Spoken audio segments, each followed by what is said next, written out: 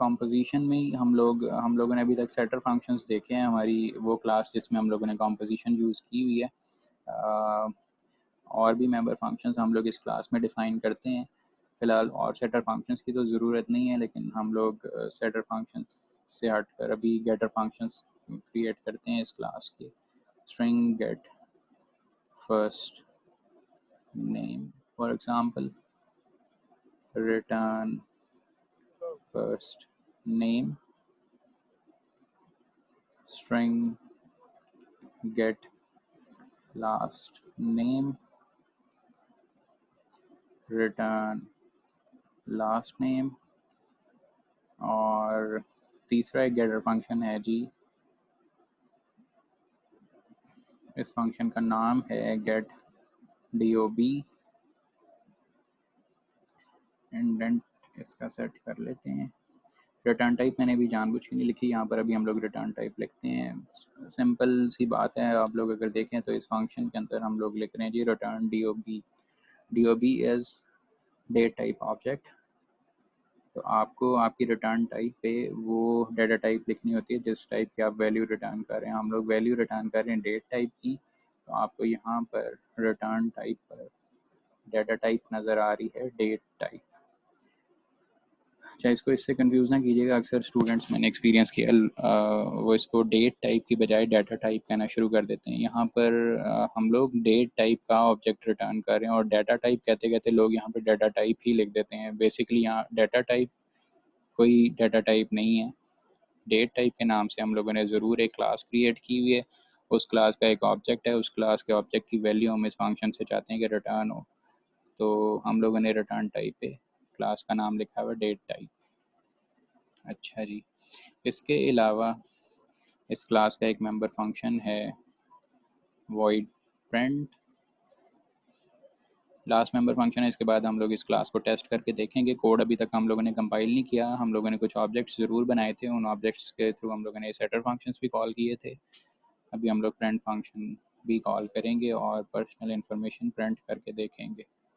तो personal information class का print function है जी, ये क्या करता है कि आउटपुट पे दिखाता है name first name space last name and L.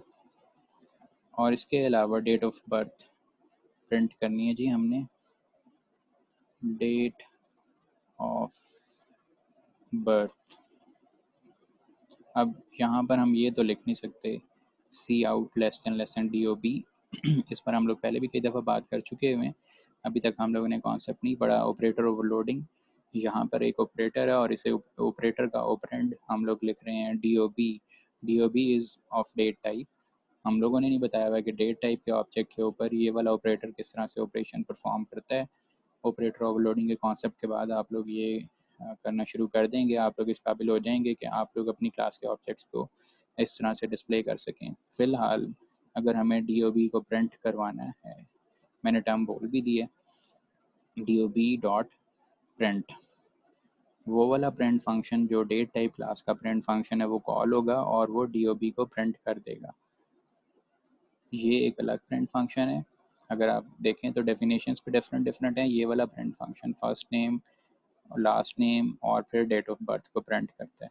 यहाँ पर लाइन नंबर 83 पर जो प्रिंट फंक्शन कॉल हो रहा है वो डेट टाइप क्लास का प्रिंट फंक्शन है, क्योंकि हम लोग इसको DOB से कॉल कर रहे हैं। DOB is of date type. Date type class का प्रिंट फंक्शन यहाँ पर कॉल होगा और वो डे मंथ और ईयर प्रिंट कर देगा। अच्छा जी, यहाँ पर हम लोग पी इन्फो ऑब्जेक्ट्स में पर्सनल इन्फो क्लास के ऑब्जेक्ट्स उनको डिस्प्ले करके देखते हैं, प्रिंट करके देखते हैं उन्हें। P info dot print P info two dot print.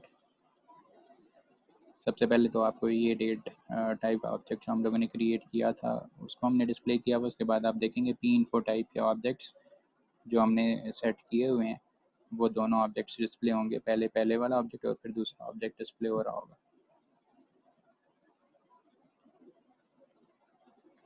Personal info, ये स्पेलिंग्स गलत क्यों जी? पर्सनल इन्फो के स्पेलिंग्स ये थे।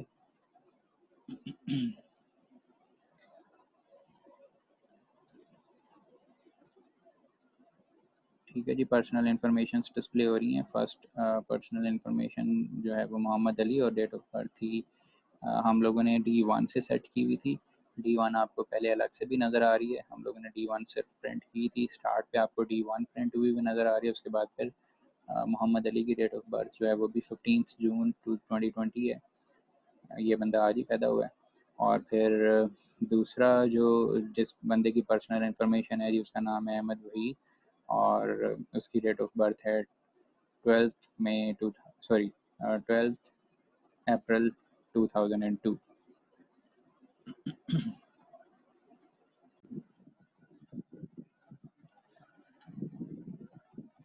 हमारे पास क्लास है जी सर स्टूडेंट। ये कोड आप शेयर कर देंगे? जी हाँ जी। ठीक है sir. Type student type class के कुछ डाटा मेंबर्स हैं। आपको पता है हम लोग स्टूडेंट टाइप क्लास पहले भी बनाते हैं, student type, employ type, teacher type.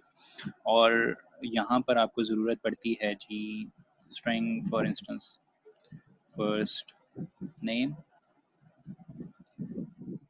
Last name. और मैं फिर दोबारा इसको इससे रिलेट करता हूँ हम लोग, और मैंने आपको बताया कि हम और डेप्थ में कंपोजिशन में चले जाएंगे। फ़िलहाल अगर मैं यहाँ पर मेंबर्स रखता हूँ, मैंने कहा कि मैंने स्टूडेंट की डेट ऑफ बर्थ भी स्टोर करनी है। हर स्टूडेंट की डेट ऑफ बर्थ भी होती है, तो integer day, integer month, integer year. इसके अलावा जी हम लोग कहते हैं बेसिक प्रॉपर्टी है स्टूडेंट की रोल नंबर, और भी बड़ी सारी प्रॉपर्टीज़ हो सकती हैं। हम लोग फ़िलहाल इन्हीं को देखते हैं। ये सब कुछ अगर आप देखें तो इसे हम कह रहे हैं ये स्टूडेंट की पर्सनल इन्फॉर्मेशन नहीं है। स्टूडेंट का फर्स्ट नेम, लास्ट नेम और स्टूडेंट की डेट ऑफ बर्थ। तो बजाय इसके क्या आप इतने सारे ऑब्जेक्ट्स में, अगर फिर दोबारा मैं कह रहा था मैं इसको पहले रिप्लेस करता हूँ, यहाँ पर हमें 3 वेरिएबल्स बनाने की बजाय हमें चाहिए डेट, टाइप, DOB। हम इस एक ऑब्जेक्ट में ये 3 तरह की वैल्यू स्टोर कर सकते हैं, डे, मंथ और ईयर। तो हमें ये 3 वेरिएबल्स की बजाय हम इसको रिप्लेस कर रहे हैं इस एक वेरिएबल से। और फिर अगर आप देखें तो अब भी ये 3 members string, first name, last name और डेट टाइप का DOB, इनकी रिप्लेसमेंट में हम लोग यहाँ पर लिख सकते हैं personal info P for instance. अब इस P ऑब्जेक्ट जो पर्सनल इंफॉर्मेशन क्लास का ऑब्जेक्ट है, उसमें हम लोग स्टूडेंट का फर्स्ट नेम, लास्ट नेम और डेट ऑफ बर्थ ये प्रॉपर्टी स्टोर कर सकते हैं। खैर कॉम्पोजिशन का कॉन्सेप्ट हम लोग डिस्कस कर रहे हैं, हम लोग उसी पे रहते हैं। और आप देखें तो बेसिक कॉन्सेप्ट था ये। हमारी क्लास है और हमारी इस बनाई जो अब हम क्लास बना रहे हैं उसमें हमारी एक और बनाई हुई क्लास का ऑब्जेक्ट आपको डाटा मेंबर के तौर पे नज़र आ रहा है। तो हम लोगों ने कॉम्पोजिशन किया एक और लेवल पर। मैं इसको ग्राफिकली भी आपको ड्रॉ करके दिखाता हूँ। हमारे पास अब तक जो 3 क्लासेस बन गई हैं इस एग्जांपल में,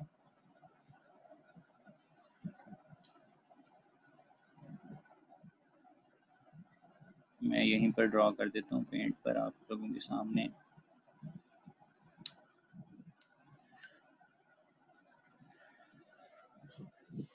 हमारे पास एक क्लास है जी डेट टाइप, एक और क्लास है पर्सनल इन्फो, और एक और क्लास है स्टूडेंट टाइप। अब इनको हमने ग्राफिकली रिलेशनशिप इनका आपस में दिखाना है। तो आप लोगों ने वो बुक में देखा था जिस क्लास में कॉम्पोजिशन हुई हुई है उसके साथ आप डायमंड शेप अटैच कर देते हैं, फिल्ड डायमंड शेप। क्योंकि पर्सनल इन्फॉर्मेशन क्लास में डेट टाइप का ऑब्जेक्ट भी हम लोगों ने क्रिएट किया था।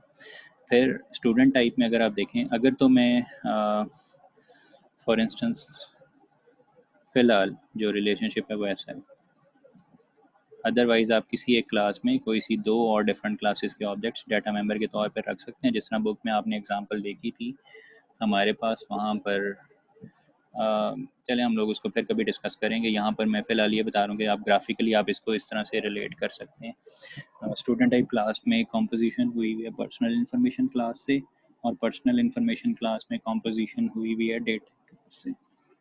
मैंने उलट बना दी, मैं दोबारा एक दफ़ा इसको ड्रॉ करता हूँ। बेसिकली इसे हम कहते हैं कॉम्पोजिशन जिस क्लास में हो रही है, डायमंड शेप आपने उसके साथ अटैच करना है, डायमंड शेप यहाँ पर अटैच होगा। स्टूडेंट टाइप क्लास में कॉम्पोजिशन हो रही है पर्सनल इन्फॉर्मेशन क्लास की, यहाँ से हम कह रहे हैं student type class is composed of personal information class.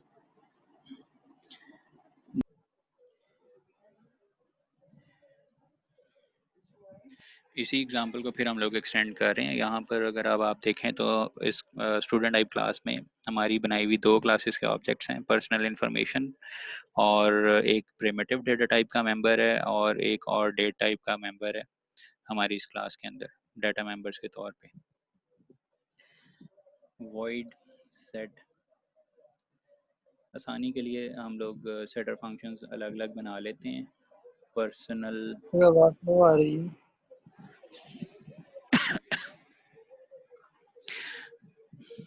जी अब ठीक है। जी सर। सेटर फंक्शंस हम लोग बना रहे हैं हमारी क्लास में। मैं एक और फॉर्मेट भी आप लोगों को बता देता हूँ। हमारी जो क्लासेस हैं उसमें हम लोग एक और पैटर्न पे फंक्शंस डिफाइन कर सकते हैं।